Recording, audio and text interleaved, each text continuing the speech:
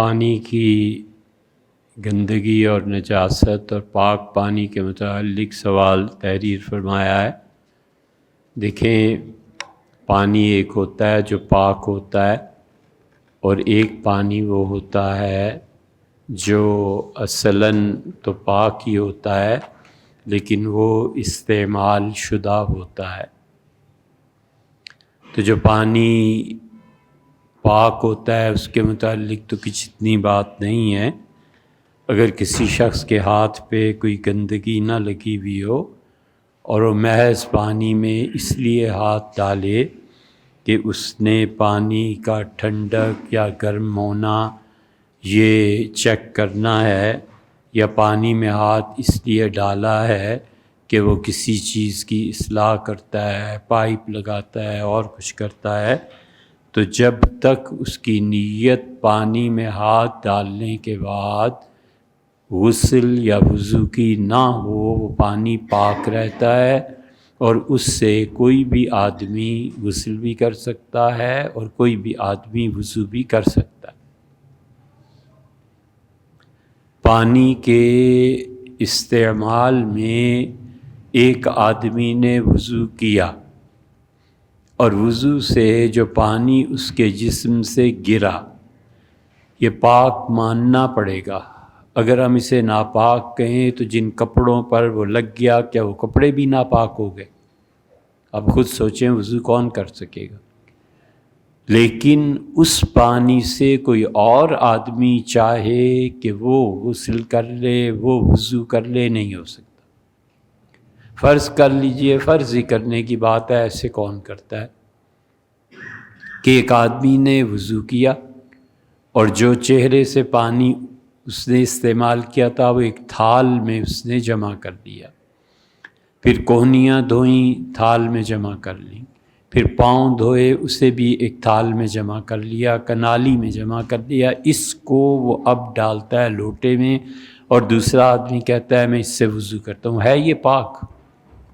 کیونکہ کپڑے کو جسم کو لگا ہے تو یہ پاک، لیکن دوسرا آدمی اس سے وضو نہیں کر سکتا کیونکہ یہ پاک ہے مگر پاک کرتا نہیں ہے۔ تو اس لیے ٹینکیاں جو ملائی جاتی ہیں، اپنے گھر سے جو پانی دیا جاتا ہے، اگر کوئی شخص اس میں ہاتھ ڈال دے اس نیت سے کہ یہ جو میں پانی کی ٹینکی کو جوڑ رہا ہوں، یہ میں اس میں وضو کر رہا ہوں، یہ اس میں غسل کر رہا ہوں، تب کوئی شرعی حکم لگے گا، ورنہ اس پہ کوئی حکم نہیں لگتا۔ وہ پانی بالکل پاک ہے، پاک کر دینے والا ہے، اس بحث میں نہیں پڑنا چاہیے۔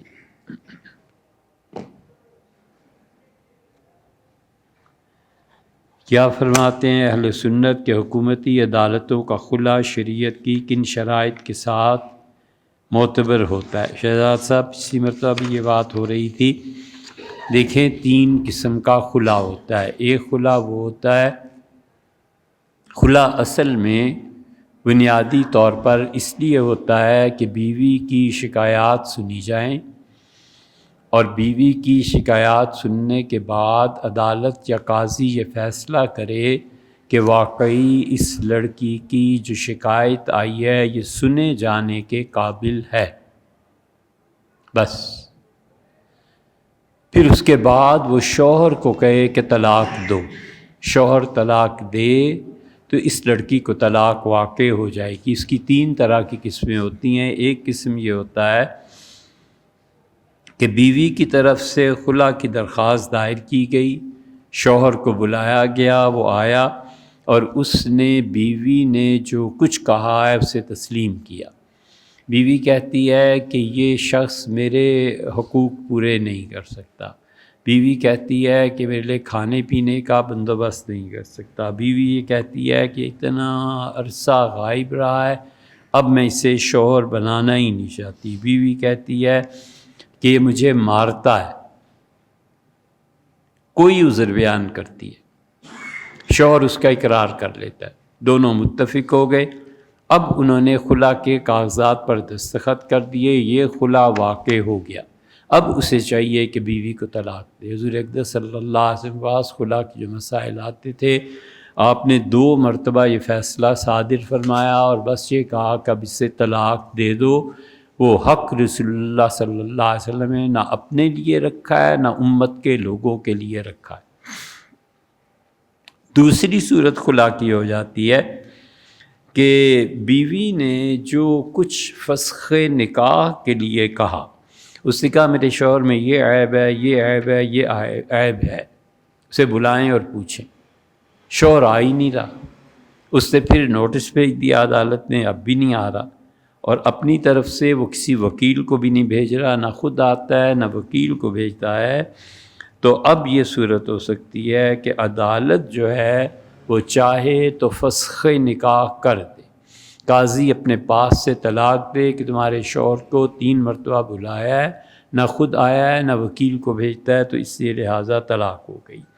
تیسری صورت یہ ہو جاتی ہے کہ اگر شوہر کو علم ہی نہ ہو، خلا کا اسے پتہ ہی نہیں ہے، کاغذات نہیں پہنچے، عدالت کی کوئی کارروائی نہیں ہوئی، تو اس صورت میں خلا کا یا طلاق کا جو فیصلہ عدالت کرتی ہے وہ معتبر نہیں ہے۔ اور یہی آج کل پاکستان میں ہو رہا ہے کہ لڑکی کے کہنے کو، اس کی شکایت کو کافی سمجھا جا رہا ہے، حالانکہ دوسرے آدمی کو جو بھی نکاح کرنا چاہے اسے شرائط کا خیال رکھنا چاہیے۔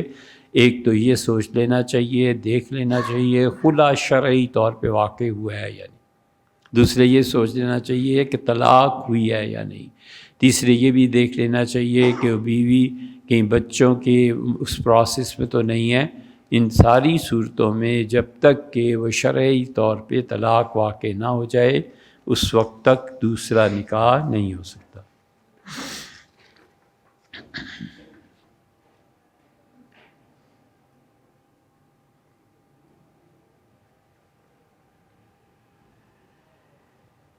شادی کے 5 دن کے بعد شوہر کا انتقال ہو گیا، شوہر کے گھر پر کیا حق ہے اور ان کی چیزوں پر؟ شوہر کی وراثت تقسیم ہوگی، حتیٰ کہ اس حد تک ہے کہ سیدنا علی رضی اللہ عنہ نے کہا کہ جب کنڈی لگا دی گئی اور پردے لٹکا دیے گئے، اس کے بعد انتقال ہو گیا شوہر کا یا بیوی کا، تو ہم اس کو تسلیم کریں گے کہ ان کے درمیان تعلق قائم ہوا ہے بس، اور وہ دونوں وراثت میں ایک دوسرے کے حقدار ہوں گے۔ اب دیکھا جائے گا کہ لڑکے نے کیا کیا چیزیں چھوڑی ہیں، اور وہ ساری چیزیں شرعی وراثت کے مطابق تقسیم ہوگی۔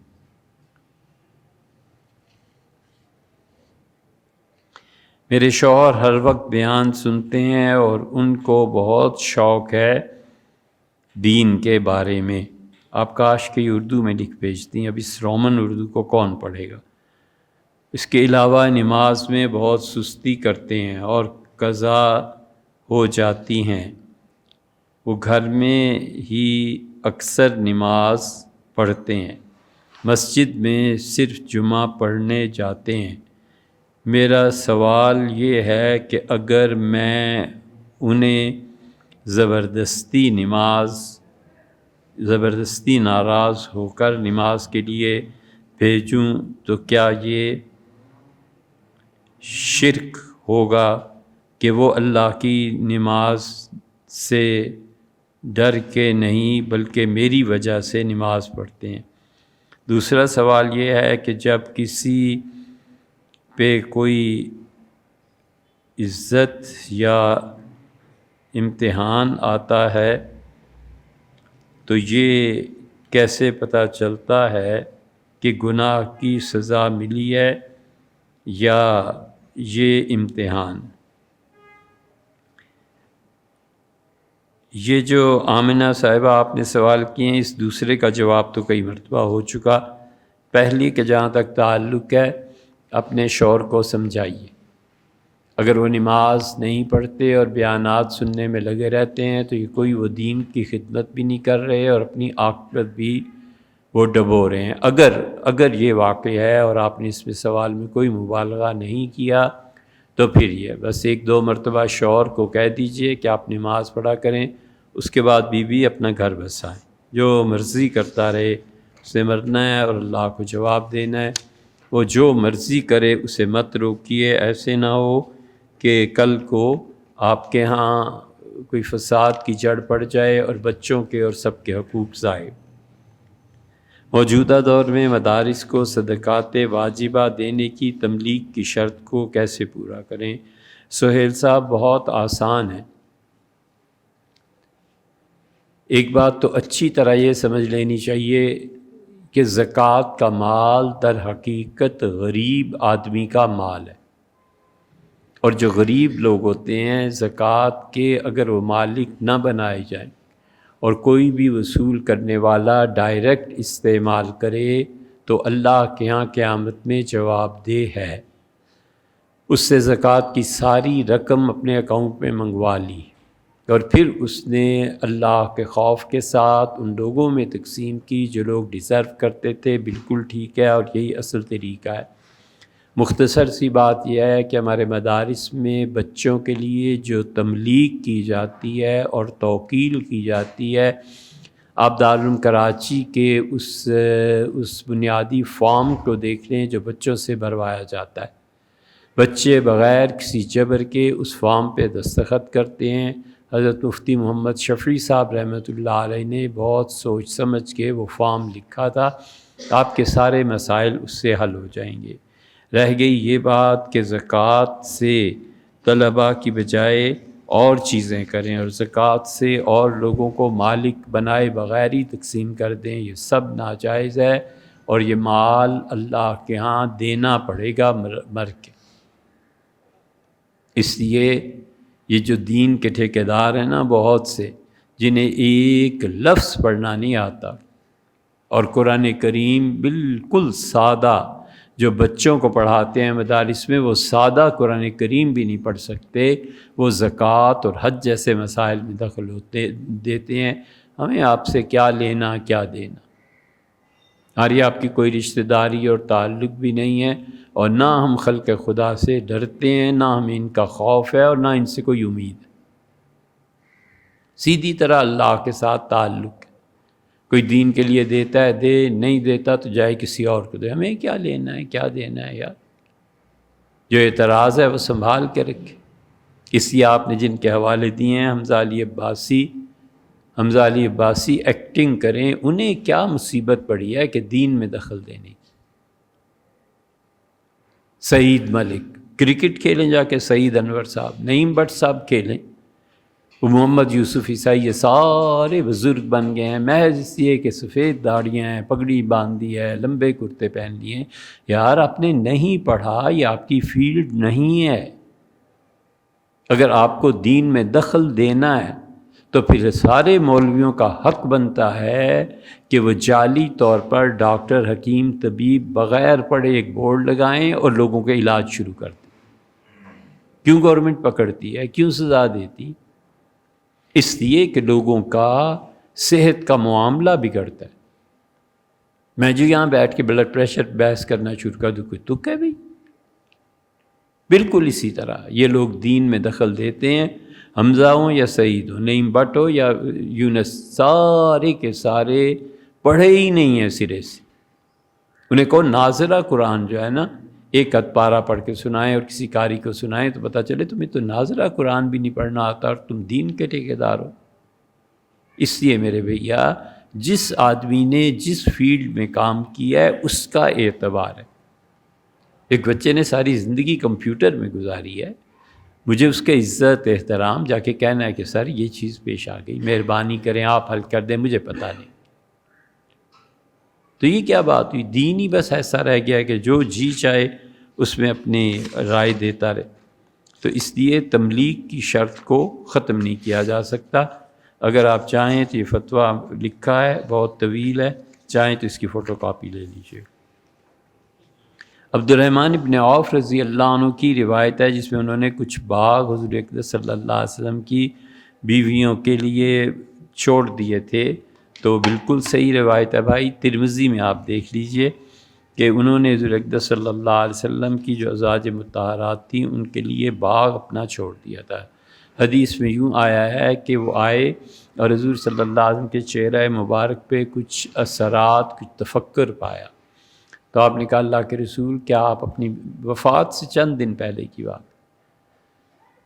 تو انہوں نے عرض کیا کہ اللہ کے رسول کیا آپ اپنی بیویوں کے بارے میں پریشان ہیں کہ آپ کی وفات کے بعد ان کا کیا ہوگا؟ آپ نے فرمایا میں اسی بارے میں پریشان ہوں کہ ان کا کیا بنے. کہ اللہ کے رسول اس میں کیا مشکل ہے، میرا فلاں باغ ہے، اتنی آمدن ہے ہر سال کی، اور وہاں پہ سالانہ تنخواہیں تقسیم ہوتی تھیں جیسے امریکہ میں اب بھی سالانہ تنخواہیں بتاتے. کہ اللہ کے رسول میں سب میں تقسیم کرتا رہوں گا حتیٰ کہ آپ کی آخری بیوی ان کو بھی دے دوں گا، یعنی مطلب انہیں پورا ہی حصہ مل جائے گا.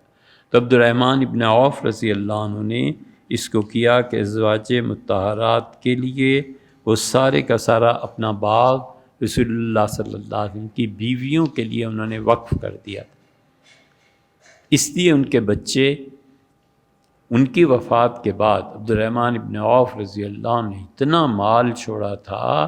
حضرت عثمان رضی اللہ عنہ فرماتے تھے کہ عبد الرحمن ابن عوف کا سونا کلہاڑیوں سے کاٹ کے الگ کیا گیا، ٹکڑے ٹکڑے کیا گیا تاکہ جس کا جو حصہ ہے اسے ملے.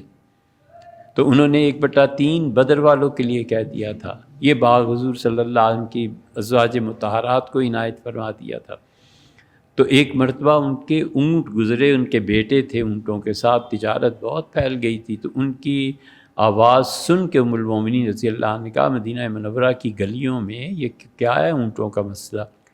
تو لوگوں نے عرض کیا کہ ام المومنین یہ عبد الرحمن ابن عوف رضی اللہ عنہ کے اونٹ ہیں. تو انہوں نے کہا اللہ اسے جنت کے چشمے سلسبیل سے پانی پلائے. تو لوگ فضول باتیں تھوڑے ہی کرتے تھے. ان کے اس جملے پہ مدینہ منورہ میں ان کا جملہ پھیل جاتا تھا کہ ام المومنین نے آج کیا کہا. یہ تغلق جو تھا نا، تغلق بادشاہ جو تھا یہ لوگوں کو بھیجتا تھا جاسوسوں کو، اور جس شعر پہ حضرت نظام الدین اولیاء رحمۃ اللہ علیہ دن میں کہہ دیتے تھے کہ واہ، یعنی یہ شعر بہت اچھا ہے، فوراً رپورٹ پہنچتی تھی. وہ خود بھی شاعر تھا نا، تو حضرت کے ذوق کو جانتا تھا. اسے پتہ تھا حضرت کو خبر ملی کہ میں اس طرح سنتا ہوں کہ یہ تو بولنا ہی چھوڑ دیں گے، مجھے کون پوچھتا ہے وہاں. تو اس لیے سے عائشہ رضی اللہ عنہ کا جملہ مشہور ہو گیا. مدینہ منورہ میں بیٹے آئے عبد الرحمن ابن عوف رضی اللہ عنہ کے، پھر انہوں نے یہ قصہ سنایا کہ تمہارے والد نے جب یہ کہا تھا تو حضور صلی اللہ علیہ وسلم نے یہ دعا تمہارے والد کو دی تھی کہ جو میری بیویوں کو اتنا باغ یہ سب کچھ کر رہا ہے اللہ اسے جنت کے چشمے سلسبیل سے پانی پلا. یہ ہے پورا قصہ، اور یہ آپ ترمذی دیکھ لیں وہاں آپ کو مل جائے گا.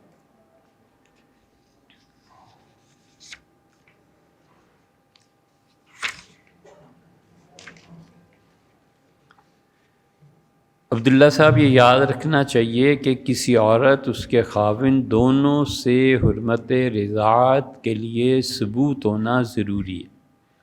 عورت نے مدت رضاعت جو 2 سال ہوتی ہے اس میں دودھ پلایا ہو اور وہ دودھ خاوند کی وجہ سے اترا ہو، یہ یاد رکھنا چاہیے.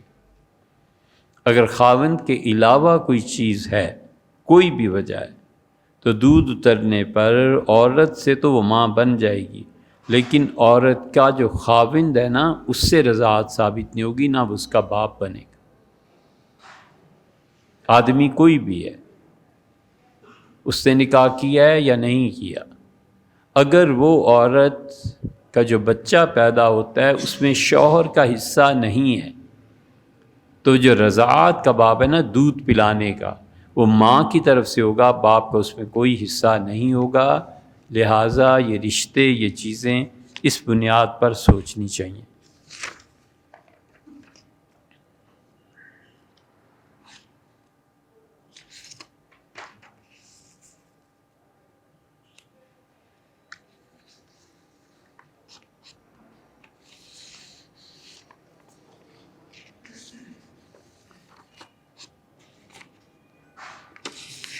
حضور اکرم صلی اللہ علیہ وسلم کی ولادت کے دن کے بارے میں ہمارے کسی بیان کا حوالہ دیا گیا ہے جو جمعے کے دن ہوا تھا. قاری احسان صاحب نے پوچھا ہے کہ حضور اکرم صلی اللہ علیہ وسلم کا جو یوم ولادت تھا اس پہ کیا کرنا چاہیے؟ بہت مرتبہ اس کا جواب کا حساب ہو چکا ہے۔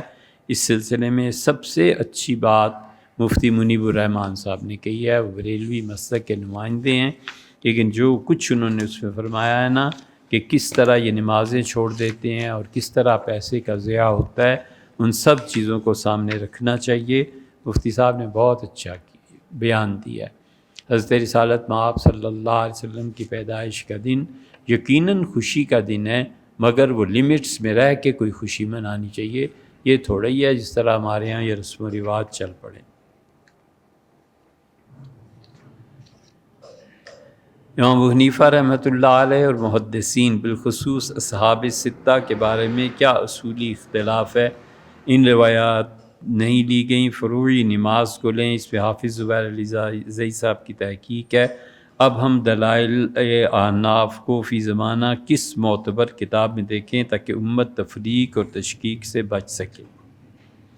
اے بھیا، پہلی بات تو یہ ہے کہ اس امت کو مشکل کیا پڑی ہے؟ اونچی آواز سے آمین کہنا، رفع یدین کرنا، دونوں ہاتھوں کو ناف سے نیچے یا اوپر باندھنا، تراویح 20 ہونا یا 8 ہونا، یہی 4-5 مسئلے سے لڑنے کی ضرورت آخر کیا ہے؟ کیا دلائل چاہیے آپ کو؟ آپ جس مسلک پر چل رہے ہیں کرتے رہیں، اس کے مفتی، اس کے علماء جانے جنہوں نے فتوے دیے۔ اللہ آپ سے نہیں پوچھے گا، ان سے پوچھے گا کہ کیوں غلط فتویٰ دیا تھا، اور وہ بھی اگر اس نے جان بوجھ کے شرارت کی ہے تب پوچھا جائے گا، اور اگر اس سے فتوے میں غلطی ہو گئی اور اس پہ شرمندہ بھی ہوا یا غلطی سن کے اس نے رجوع کر لیا، پھر اللہ کے ہاں بھی اس کے لیے معافی۔ یہ ضروری ہے کہ ان مسائل کو اٹھا کے لوگوں کو ٹکرایا جائے۔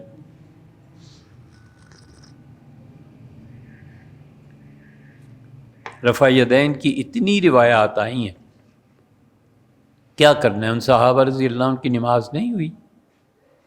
جنہوں نے کی ہے ان کی نماز نہیں ہوئی؟ جنہوں نے فاتحہ نہیں پڑھی یار ان کی نماز نہیں ہوئی؟ کیوں اتنے بڑے مباحث میں پڑھتے ہو؟ سیدھی طرح حلال کا رزق کماؤ، اپنی اولاد کی تربیت کرو، اور ان چیزوں سے لوگوں کو بانٹنے کی بجائے خاموش رہو، چپ رہو۔ کوئی بولے تو اسے کہو جی اپنے مفتیوں سے پوچھے، مجھے نہیں پتہ ان چیزوں۔ بس اتنی بات۔ باقی آپ کتاب پڑھنا چاہیں تو اعلاء السنن پڑھیے، عظم اظفر احمد صاحب عثمانی رحمۃ اللہ علیہ۔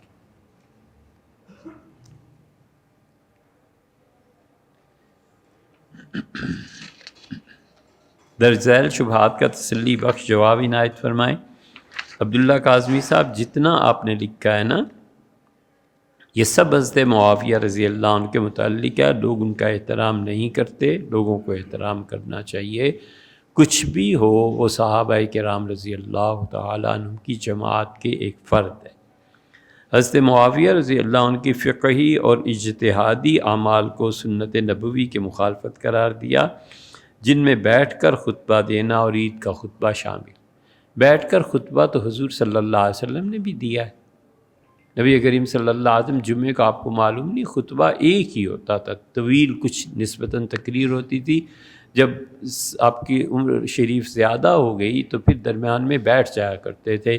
اسی کو حنفیہ نے لیا ہے کہ حضور صلی اللہ علیہ وسلم کا آخری عمل یہ تھا کہ خطبہ 2 حصوں میں تقسیم ہوتا تھا۔ اسی پہ حنفیہ عمل کرتے ہیں، بلکہ پوری امت ہی عمل کرتی۔ شیخ عبدالحق صاحب محدث دہلوی رحمۃ اللہ علیہ یہ لکھا ہے۔ مولانا جامی نے اپنے اشعار میں حضرت معاویہ کو کے متعلق یہ لکھا ہے۔ امام نسائی اور بدر الدین عینی یہ حوالے ہم دے چکے اور اس پہ بحث بھی ہو چکی۔ بھائی یہ روز روز باتیں کرنی بھی نہیں چاہیے، اور خام خواہ لوگوں کے دلوں میں صحابہ رضی اللہ عنہ کے متعلق بدگمانی نہیں پیدا کرنی چاہیے۔ ہمارا دور اتنی شدید آزمائش کا ہے کہ جنہیں کچھ بھی نہیں آتا، سرے سے اردو بھی صحیح نہیں نہ پڑھنی آتی، وہ بھی دین میں اور وہ بھی عقیدے میں دخل دینے لگے ہیں۔ اللہ کی پناہ مانگنی چاہیے۔ اللہ تعالیٰ نے انسان کو شدید محنت کے لیے پیدا کیا ہے، جبکہ اللہ نے ہر ایک کی تقدیر بھی لکھی ہے۔ تو محنت کو من جانب اللہ کی رضا ہی کے ساتھ رکھا جائے، کیونکہ بہت محنت کرنے والے کو تھوڑا ملتا ہے۔ مگر انسان دھوکے بازی میں محنت کرے تو اللہ ایسی محنت سے بچائے جس میں لوگوں کو تکلیف دے کے مال بنایا۔ جناب صاحب ہم سے کیا پوچھنا، کچھ پتہ نہیں۔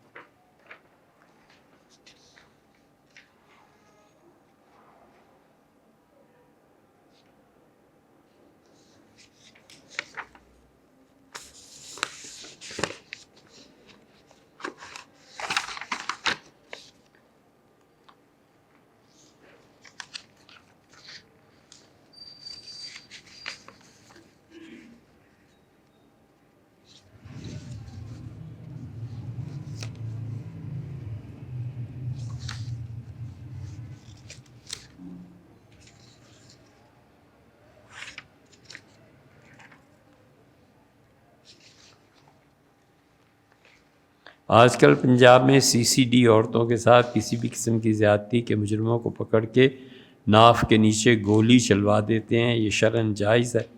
بالکل حرام ہے. شرعاً جائز تو کیا، اللہ کی جب عدالت میں مقدمہ ہوگا تو یہ جتنے لوگ اس میں ملوث ہیں سارے مارے جائیں گے، پکڑے جائیں گے. اللہ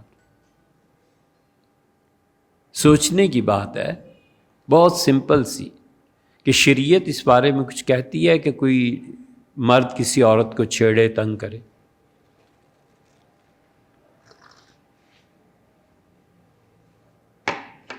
کوئی کسی سے فحش بات کرے، کوئی کسی خاتون کو دیکھ کے کوئی جملہ کسے؟ شریعت آخر کچھ تو کہتی ہوگی نا. وہ قانون نافذ کرنے میں کیا ہے؟ اللہ کی طرف سے برکت بھی ہوگی، اور جو شریعت کا حکم ہے اسے نافذ کرو. اب اپنے پاس سے یہ نئے ایجاد کرنا، یہ سب سے پہلے عمران خان صاحب کی جو کابینہ تھی اس نے کہا تھا کہ گولی مار دو، اڑا دو. یہ ظلم ہے بابا، یہ تشدد ہے، یہ لوگوں کے حقوق کو برباد کرنا ہے، یہ شر کو پھیلانا ہے. اللہ کے ہاں جا کے جواب دو گے. جس نے جتنا جرم کیا ہے اتنی ہی سزا اسے ملے گی، سیدھی سی بات. سیدنا علی رضی اللہ عنہ نے سیدنا عثمان رضی اللہ عنہ کے قاتلین کو کیوں نہیں مارا؟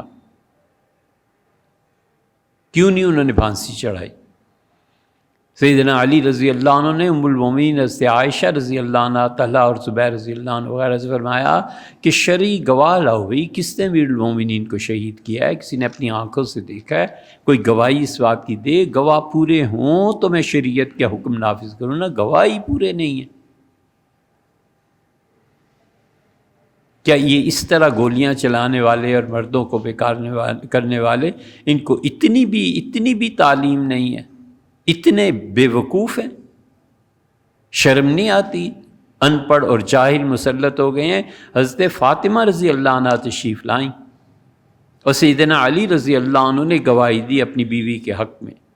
حضرت بکر رضی اللہ عنہ نے کہا کہ شہادت کا نصاب مکمل نہیں ہے، علی آپ ایک گواہ اور لے آئیں اپنے ساتھ. انہوں نے کہا اور تو کوئی گواہ نہیں. تو فرمایا جب گواہی نہیں پوری ہوتی تو میں کیسے فاطمہ رضی اللہ عنہ کی بات مان لوں؟ ہر طرح سے قابل احترام ہونے کے باوجود حضرت بکر رضی اللہ عنہ نے اپنی اہلیہ کو بھیجا اور کہا فاطمہ رضی اللہ عنہ بیمار، اور آئے. حضرت فاطمہ رضی اللہ عنہ کو بخار تھا. حضرت بکر رضی اللہ عنہ خلافت آئے، بیٹھے اور روتے رہے اور کہا فاطمہ آپ اچھی طرح جانتی ہیں کہ اللہ کی قسم حضور صلی اللہ علیہ وسلم کی اولاد مجھے اپنی اولاد سے زیادہ عزیز تھی، اور آپ اچھی طرح جانتی ہیں بیٹی کسی موقع پہ ایسے نہیں ہوا کہ میں نے کسی اور کو آپ پہ ترجیح دی ہو. آپ تو مجھے اتنی اچھی لگتی. اس کے باوجود جب عدالت میں معاملہ آیا تو آپ نے ہماری ایک اور گواہ لاؤ. یہ کون نواب کے بچے ہیں؟ اپنے طرف سے یہ ظلم اور زیادتی، اور اس پہ بھی شرم نہیں آتی کہ حدیث میں آیا 101 درہ کسی آدمی نے مار دیا تھا. اللہ بلائے گا اور اللہ کہے گا کہ ایک درہ کیوں تم نے مارا؟ 100 کی سزا میں نے رکھی، تم نے 101 کیوں لگا دیے؟ وہ کہے گا اللہ لوگ اتنے بگڑے ہوئے تھے، یہ ٹھیک ہی نہیں ہوتے. تو اللہ کہیں گے اچھا انت احکم بہم منی، تو مجھ سے زیادہ جانتا تھا کہ میری سزا میں کیا حکمتیں. تو رہا فی النار، حکم ہوگا اسے پھینکو جہنم. اس لیے بالکل ناجائز ہے، یہ حرام کام ہے. اللہ کے ہاں پہنچ کے اس کا سوال جواب ہوگا. شاہ نعمت اللہ صاحب کی پیشن گوئیوں کے بارے میں بھی ہم خود ایک عرصے تک اسے جعلی سمجھتے تھے، اور اس پہ مولانا محمد میاں صاحب رحمۃ اللہ نے بھی کچھ ایسے ہی لکھا ہے، لیکن بہت تحقیق کے بعد اب پتہ چلا ہے کہ ان میں سے کچھ چیزیں صحیح بھی ہیں. کیا یہ کہنا درست ہے کہ پاکستان اللہ کے رازوں میں سے ایک بہت بڑا راز ہے؟ جناب بہت بڑا خدا کا راز ہے. خام خواہ فضول باتیں، انصاف یہاں نہیں ملتا، معیشت یہاں کی بدتر ہے، تعلیم کا نصاب سب سے بڑا فساد کی جڑ اور کینسر ہے یہ تعلیم کا نصاب، اور نسلیں برباد ہو رہی ہیں. یہ کون سا اللہ کا راز ہے 27ویں رمضان کو بنا یہ اور وہ؟ سیدھی طرح بینکنگ کا نظام ٹھیک کرو یار، سیدھی طرح غربت کو مٹانے کی کوشش کرو، سیدھی طرح تم شادی رشتے ان چیزوں کو قائم کرو، سیدھی طرح انسان بنو اور اپنے آپ کو اس لیول پہ لاؤ جس لیول پہ ہم جیسے غریب لوگ۔ یہ کون سا راز ہے؟ اور کوئی سرکاری درباری ملا تم نے بٹھا رکھے ہیں، وہ تمہیں دین کے نام پہ دھوکہ دیتے ہیں اور تم ان کی مالی خدمت کرتے ہو، اتنے اس میں ووٹ دو تو اتنے سو زمین لے لو، یہ کرو تو یہ کرو۔ یہ تمہاری مذہبی قیادت ہے؟ کیا راز ہے سوائے اس کے کہ ظلم ہے اور اللہ تعالیٰ اس کا حساب لینے والا۔